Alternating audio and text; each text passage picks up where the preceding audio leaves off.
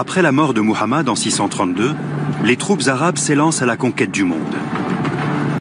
Elles écrasent l'Empire perse et chassent les Byzantins de nombreuses régions du Proche-Orient et d'Afrique du Nord. En quelques années, elles conquièrent un territoire qui s'étend à l'est jusqu'au Turkménistan et aux frontières de la Chine. À l'ouest, elles s'avancent en Afrique du Nord jusqu'à la péninsule ibérique. Elles s'emparent de la Sicile et menacent même le sud de la France. Au 8e siècle, les Arabes règnent sur un empire plus vaste que celui de la Rome antique. Différentes populations se sont alliées aux conquérants arabes. Et la plupart du temps, elles l'ont fait d'elles-mêmes, sans y être contraintes. On observe toujours un peu le même scénario.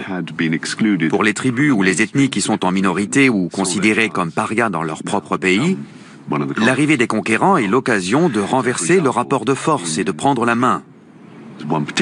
En Libye, par exemple, il y avait une tribu berbère, les Louata ou Lagaudes.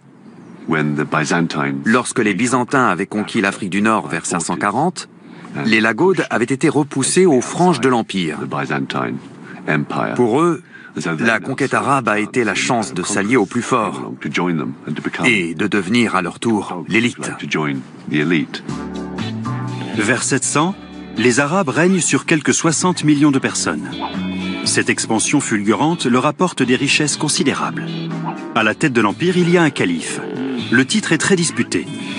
Plusieurs dynasties vont se succéder en l'espace de quelques décennies. Après le calife, viennent les gouverneurs des provinces, chargés surtout de recouvrer l'impôt. Le système fiscal avantage les musulmans qui ne paient que l'impôt foncier. Les non-musulmans paient aussi la capitation. Parmi eux, les juifs et les chrétiens bénéficient d'un statut particulier. Ce sont des dhimmis, des protégés ou tributaires. Les recettes sont administrées par les services financiers, le diwan. Le mot a fini par désigner ce meuble garni de coussins, si confortable pour faire ses comptes ou recevoir ses administrés. Le divan.